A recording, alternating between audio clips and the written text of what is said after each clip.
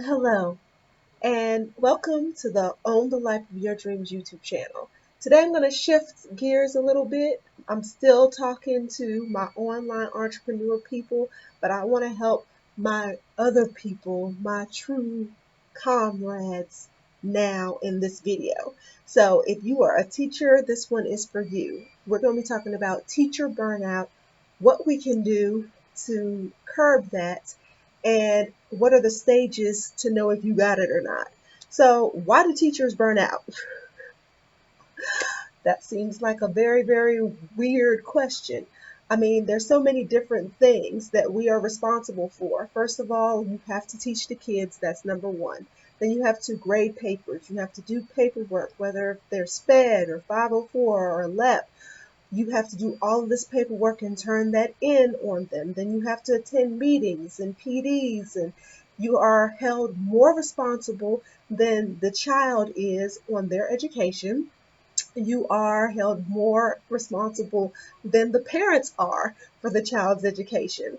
And then you just are in this trap of constantly doing all of these exterior things, and it's less about teaching and more about politics and more about paperwork. And the people who are actually running the school systems are not the people who are in the schools dealing with the kids, dealing with the parents, dealing with the administration. So they are making these rules based on information that they have learned 30 years ago, 20 years ago, if they were even in the school at all, because there are a lot of administrators in the higher ups that have never set foot in the classroom, and they're making decisions for us.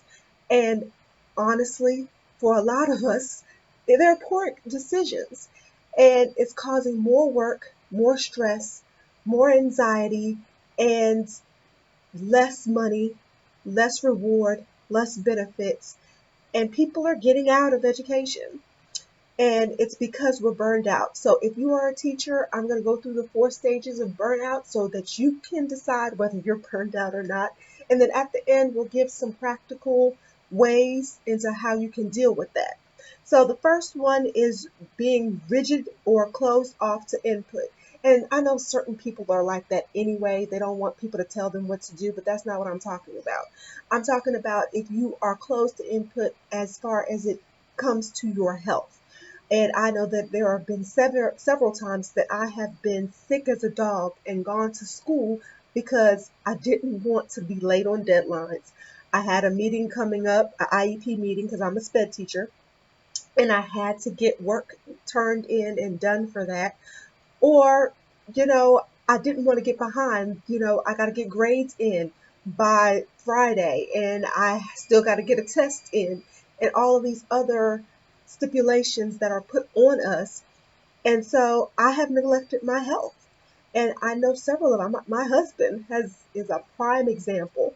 He had he went a year on a torn he had torn a cartilage in his knee because he did not want to go to the doctor to get it checked out because he didn't feel he had the time to do so.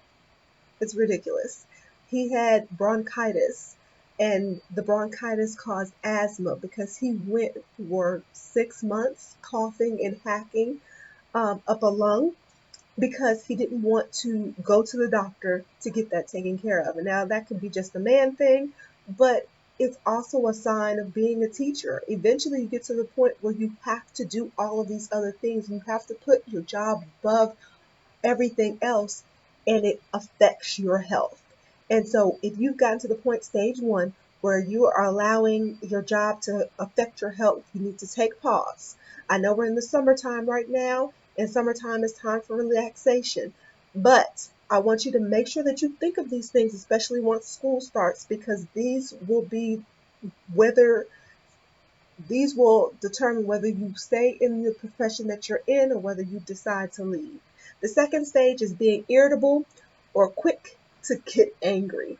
And I know teachers that will cut you down in a second for looking at them crazy. And it's just a sign of the stress that's on them. And so basically, what your actions are at this time, you're not getting enough sleep, you're not eating well, and you're not taking good care of yourself, whether it's exercise or doing the daily things that you like. If you know that you need a massage every month to keep yourself sane and you stop getting that, then you're going to fall into stage two rather quickly. If you know that you have to get your hair and nails done once or twice a month, once a week or twice a month, and you stop doing that, then you're going to fall into stage two rather quickly. If you stop doing the things that you like due to the pressures of teaching, then that stage is going to come up very quickly. And the feelings that you will start to get is, of course, you'll feel irritable, you'll feel angry, you'll snap at everybody, and that is at school and at home. You'll find reasons to bark at your children because you see some of the traits in the kids at the school and you do not want them to be a part of that. So you trying to overcorrect, and it generally causes you some tension at home, and you don't have a good work home life balance, and you find like you feel like you're depersonalized. You do not have a sense of self anymore. You're not doing anything good for yourself, anything that you enjoy, and you also lose the sense of accomplishment. You don't feel like you're doing anything right. Even if you are teaching the kids and there is some sort of progress, it feels like it's minimal and it feels like anybody else can do it. And so you have to start having these thoughts of, why am I even here? All right. That's stage two. Stage three is paranoia and self medication. And it comes through lack of fatigue, or sorry, not lack, extreme fatigue, isolation, and depression. And did you know that 25% of teachers have been diagnosed with depression? And that's just diagnosis. That isn't the people who have just self-neglected themselves and just told themselves that, whatever, and just go through life depressed and don't get help for it. 25%, a quarter of all the teachers have said that they are depressed and have been diagnosed with depression. That's horrible. That is a horrible statistic. Like 1 out of 4 of us are diagnosed depressed. It's craziness. And so we go through this life, uh, go through life feeling like we're all alone. And if you start having those feelings, I please implore you to get help and get somebody that you can talk to. If it's not at the church, a minister, a preacher, if it's somebody that you got to pay, psychiatrist, psychologist, a help group, counseling of any kind, take it. Do what you got to do to get your mind right, because teaching will kill you. And there have been several people who have died on the job just because they couldn't let it go, and they just pushed and pushed and pushed, and then one year they said that they were going to retire and they never got a chance to because they died in the middle of the year. And you don't want to neglect yourself so much to the point where that becomes your reality. Okay, so self-medication is generally alcohol or tobacco, and some of us hit the weed a little bit. But you know it gets bad when it's 9:30 in the morning and you're just like, man, I really need a drink. Um, it's really bad. And generally, if you let out some of that, if you tell somebody, man, I just really need a drink and it's 9:30 in the morning, generally they're going to tell you, oh, it's okay, it's happy hour somewhere. So it's something common that everybody's going through. And so, though it's not funny to get to this point where you are feeling like everybody's against you and you feel like you have to self-medicate in order to make it through life, at this point, this is stage three, you're getting really burnt out. And the last stage is emotional exhaustion and career failure. So at this point, you just don't care anymore, and you just can't. You're in this rut of, no matter what you do, It's always going to be the same. It's never going to get better. And I'm need to get out of teaching. And so that is the 4 stages of burnt out. And it's real. It's real. And I feel it. And I feel it more and more. And it comes quicker and quicker every year. And so you have to come to a place where you have to realize that your health and your sanity is more important than any job, any situation that you're in. And, they keep screaming about teacher shortages. Yes, there are teacher shortages in certain areas, but in actuality, there's been a 13% increase of teacher growth in the last 4 years. And it's only a shortage in certain areas like special education, math, and foreign language, and other areas that are hard to come by. I've seen a lot of turnover in the career and technical centers because they have this idea of, I don't want to do my job anymore. I'd rather teach. And then they come into the teaching profession and go, oh no, I'd rather deal with that craziness that I was dealing with before. I get paid better and I don't have to deal with all this mess that y'all were talking about. And so they leave.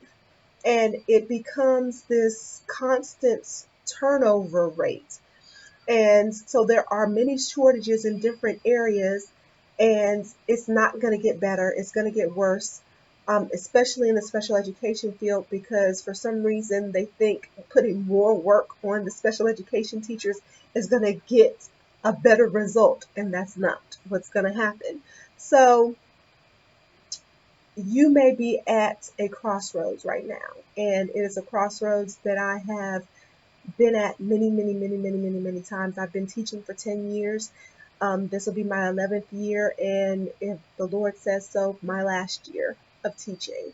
So what do you do next? If you love teaching, if teaching is your goal, purpose, and soul, drive, passion that you have to do, then I suggest that you get help. And I'm going to leave a link to the different ways that you can help do self-care so you can get yourself back together. So when you start the new school year, you'll be ready to face the adversities and the complications and the issues of the year. Because, we don't need to lose great teachers. If that's something you love to do, you need to stay there. However, this is not a path that I would have chosen for myself.